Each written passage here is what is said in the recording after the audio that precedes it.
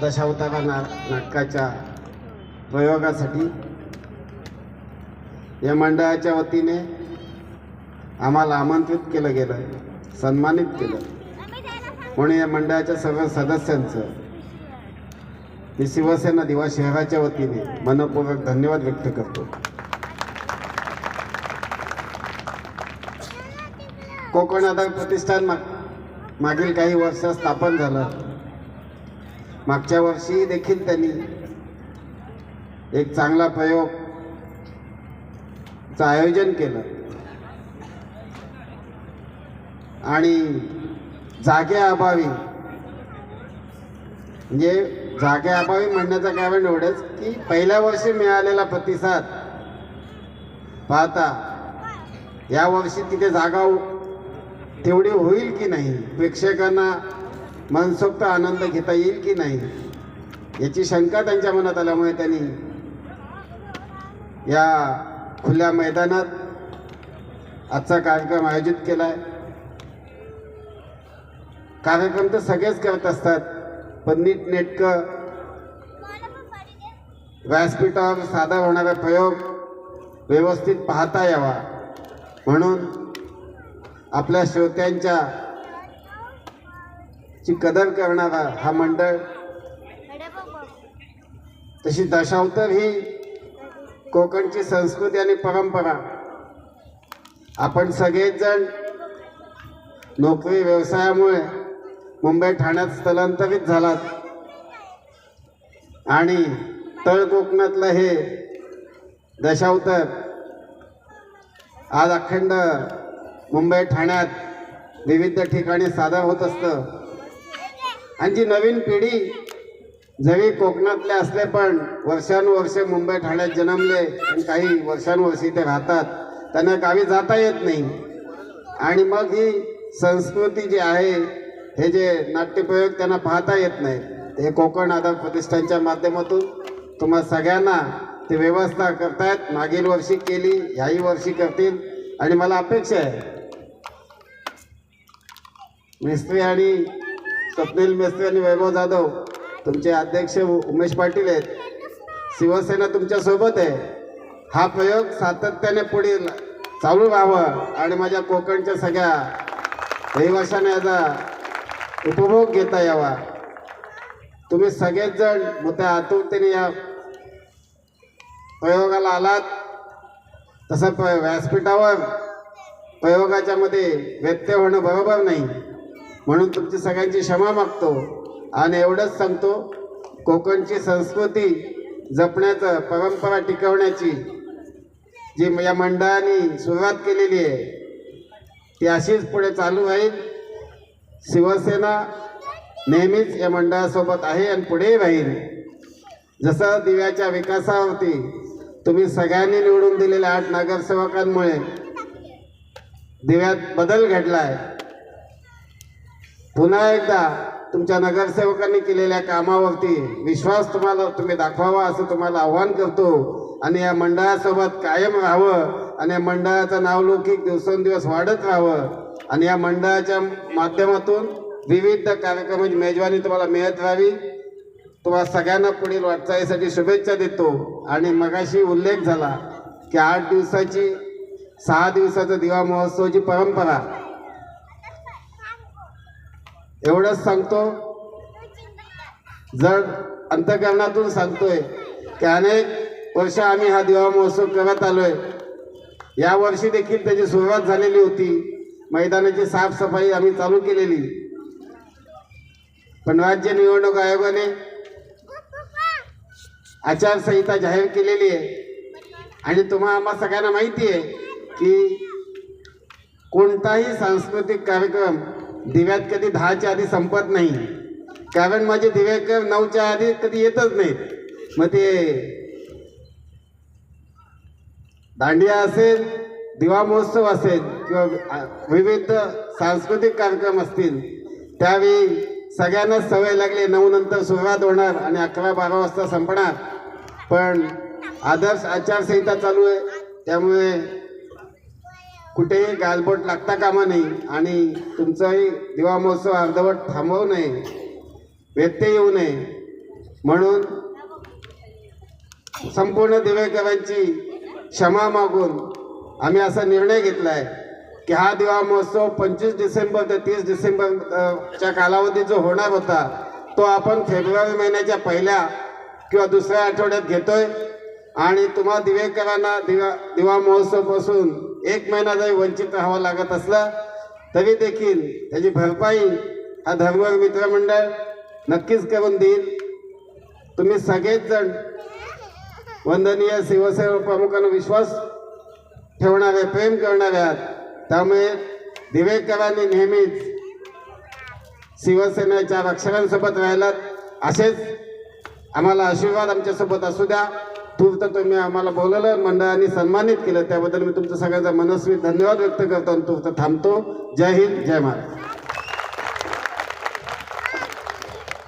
मनापासून धन्यवाद. खरं तर ज्या दिवा महोत्सवाची सर्वांना आतुरता आहे, अतिशय मार्मिक कमी वेळात आणि सुंदर शब्दामध्ये या ठिकाणी आपण सांगितलं की 1 महिना थांबावं लागणार आहे, परंतु दिवा महोत्सव होणारच आहे 100%. जरा एकदा पुन्हा या सुखद वार्तेसाठी एकदा जोरदार टाळ्यांच्या गजरांनी पुन्हा एकदा साहेबांना धन्यवाद देऊया. मनापासून धन्यवाद. चला तर मग मित्रांनो पुढे वळूया, कार्यक्रमाला पुढे नेत. कोकण आधार प्रतिष्ठान आयोजित दिनदर्शिका प्रकाशन सोहळा निमित्तानं आज बाळूमामा यांच्या जीवनचरित्रावर आधारित ट्रिक्सयुक्त ज्या नाटकाचा या ठिकाणी आरंभ केला, तो महत्त्वाचा पॉईंट या कार्यक्रमाचा तो म्हणजे दिनदर्शिका प्रकाशन सोहळा. जोरदार टाळ्यांच्या गजरात या ठिकाणी मान्यवरांच्या शुभ हातून या दिनदर्शिकेचं प्रकाशन होत आहे. कोकण आधार प्रतिष्ठान म्हणजे मंडळी दिवावासियांच्या या लहान थोर स्थानांसाठी म्हणजे आपल्या मुलाबाळांसाठी महत्त्वाची गोष्ट कलागुणांना वाव देण्याकरता कोकण आधार प्रतिष्ठान 2023ची प्रतिष्ठापना आणि गरुड भरारी घेण्याचं स्वप्न उराशी बाळगत आपल्या कोकणवासियांकरता हक्काचं व्यासपीठ निर्माण करू पाहणारी कोकण आधार प्रतिष्ठान आहे. मंडळी आतापासून सुटकेचा श्वास घ्या. आपल्या लेकरा बाळांच्या कलागुणांना वाव मिळण्याचं हक्काचं व्यासपीठ तयार झालंय आणि म्हणून आतापर्यंत 2023-24ला प्रतिष्ठापना झाल्यापासून आतापर्यंत या युनिटीनं आणि या कमिटीनं केलेलं जे कार्य आहे म्हणजे अन्नक्षत्र असेल, गोमाता संवर्धन असेल, शैक्षणिक साहित्याचं वाटप आणि खऱ्या अर्थानं निराधारांना आधार देण्याचं कार्य, आगीत जळलेल्या होरपळून निघालेल्या घराला त्या कुटुंबाला मदत देण्याचं कार्य या ट्रस्टने केलेलं आहे, कोकण आधार प्रतिष्ठाननं केलेलं आहे.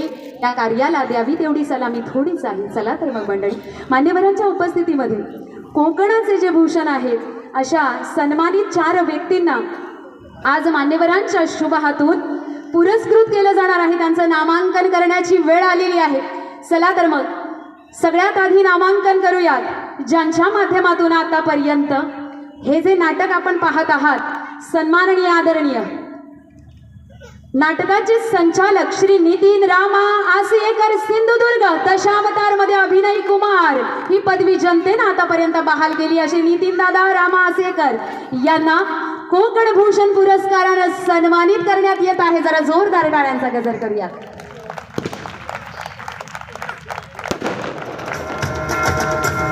कोकण गौरव पुरस्कार सुपूर्द करताना आपणास हा पुरस्कार बहाल करताना अत्यानंद होत आहे. भविष्याच्या पुढील वाटचालीसाठी कार्यासाठी मनापासून शुभेच्छा. शुभेच्छुक दिवा शहर प्रमुख आणि दिवा शहरात स्थित असणारे सर्व कोकणवासी, कोकण आधार प्रतिष्ठानचे सर्व कार्यकारी, या सर्वांच्या वतीनं बाळूमामांच्या भूमिकेमध्ये साक्षात शिवशंकराचा रुद्रावतार ज्यानं सत्याच्या वाटचालीनं चालावा, सर्व धर्म समभावाची रुजवणूक करावी.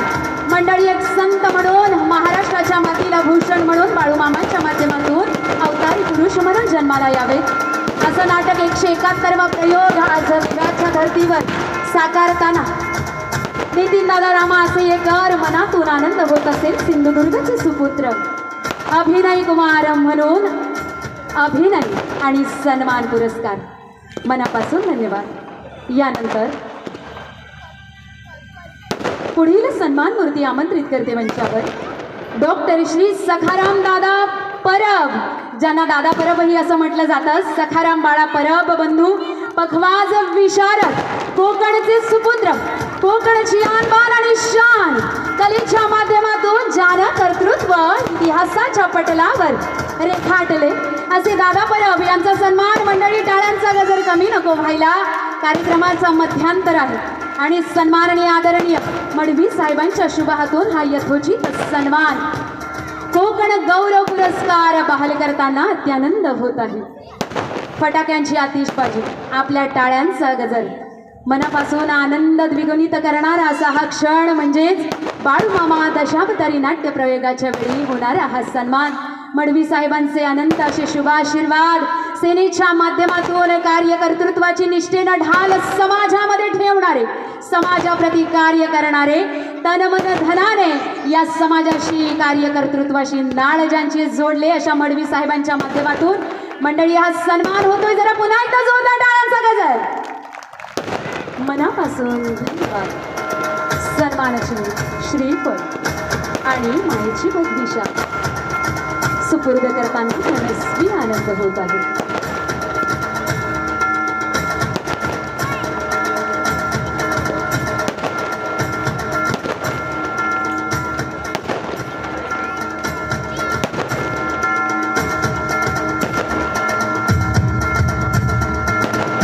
मनापासून धन्यवाद. यानंतर मंचावर आमंत्रित करेन श्री निलेश तुकाराम सत्वे, रायगड, समाज योद्धा, सामाजिक कार्यात अग्रेसर, कुणबी सेवा चॅरिटेबल ट्रस्ट मुख्य विश्वस्त, समाजरत्न आणि ओबीसी समाजरत्न पुरस्कारांनी ज्यांना खऱ्या अर्थानं गौरवण्यात आलेले आहेत असे सत्वे बंधू. जोरदार टाळ्यांचा गजर करूयात मंडळी. रायगड स्वाभिमान या वृत्तवाहिनीवर अनेक बातम्यांनी ज्यांना सन्मानित केलं गेलं, निलेश तुकाराम सत्वे बंधू रायगडचे सुपुत्र, समाजरत्न ओबीसी समाज बांधवांकरता कार्य करणारे, कुणबी सेवा चॅरिटेबल ट्रस्टच्या माध्यमातून मुख्य विश्वस्त म्हणून कार्य करणारे समाज योद्धा. कोकण गौरव पुरस्कार 2025 आपल्याला गौरवण्यात येत आहे. भविष्याच्या पुढील वाटचालीसाठी अनंत अशा शुभेच्छा आणि साहेबांचे अनेक असे आशीर्वाद आजच्या कार्यक्रमाच्या माध्यमातून मिळत आहे. मनापासून धन्यवाद. यानंतर पुरस्काराच्या प्रोटोकॉलप्रमाणे शेवटचा आणि चौथा पुरस्काराचे मानकरी कुमार सूरज संजय गुराव, रत्नागिरी, राज्यस्तरीय खो खो खेळाडू. या खेळाडूचं जोरदार टाळ्यांच्या गजरात मंडळी स्वागत करूया. आज जास्त पुरस्कार नाही परंतु 4 पुरस्कारांमध्ये 4 वेगवेगळ्या क्षेत्रात चमकणारे हिरे निवडले कोकण आधार प्रतिष्ठानने.